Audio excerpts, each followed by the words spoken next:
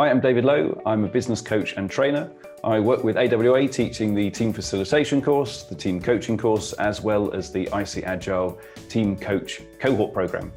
I work as a coach and trainer with multiple organizations, everything from startups to government, tech and non-tech, from fashion, as you can tell, all the way through to reducing suicide in prisons and looking at things like how to improve transplants within pharmaceutical companies. I have completed my PG cert in coaching and I am now about to start a doctorate in how humour can help coaching as well.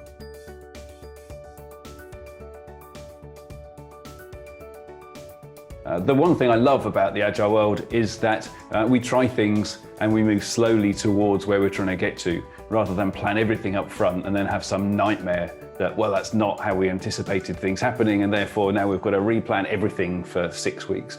It's that moving forwards slowly, but certainly towards where what we're trying to achieve.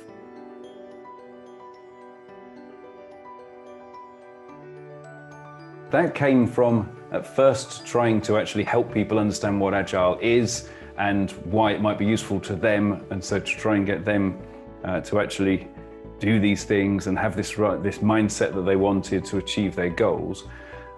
And then it kind of slowly morphed into something else, into actually helping them develop their teams of coaches within their organizations. And so then I started looking outside Agile and started looking into other forms of coaching, which I'm then pulling in to help that Agile coaching.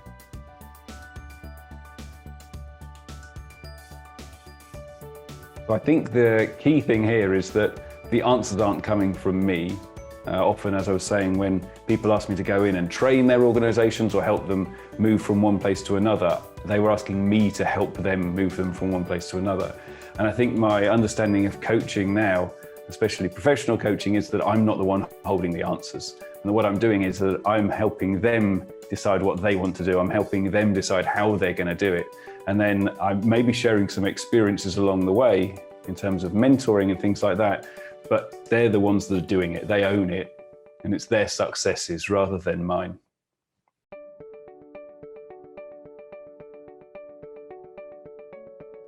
So I love the ICAgile team coaching course that we do because I see the impact it has on people. There's those light bulb moments. There's a different point for each person who comes on the course, but it makes this massive difference.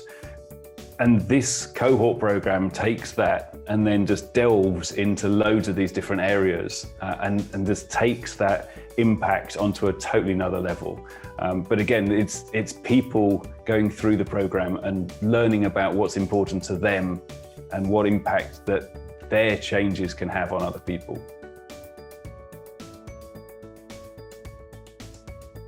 So to me, an expert is different for each individual person, but there is a certain level of attainment and achievement that each expert will have.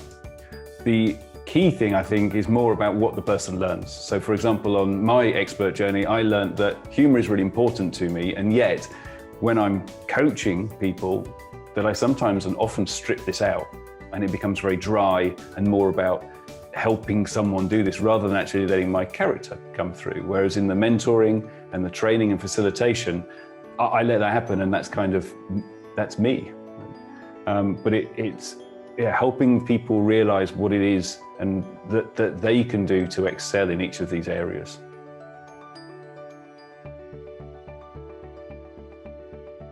So I've been through this.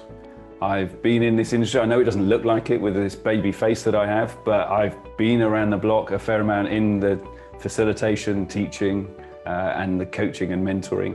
But it's also something that I love to do. And so I am reading about this, I'm learning about this, I'm living the stuff that we talk about on the program. So I'm journaling, for example, when I'm training, I'm journaling when I'm coaching, and I'm looking and reflecting on how I can improve. So this is something that I'm continually on, as everybody else who comes on the program will also be on.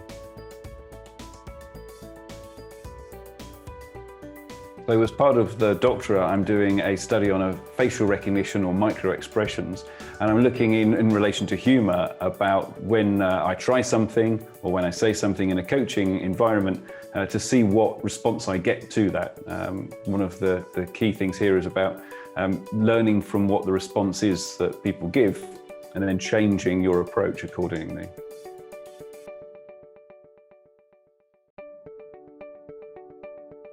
I'd like to think that I'd be a comedian or a writer for a comedy show, but in reality, I always wanted to be a Lego designer.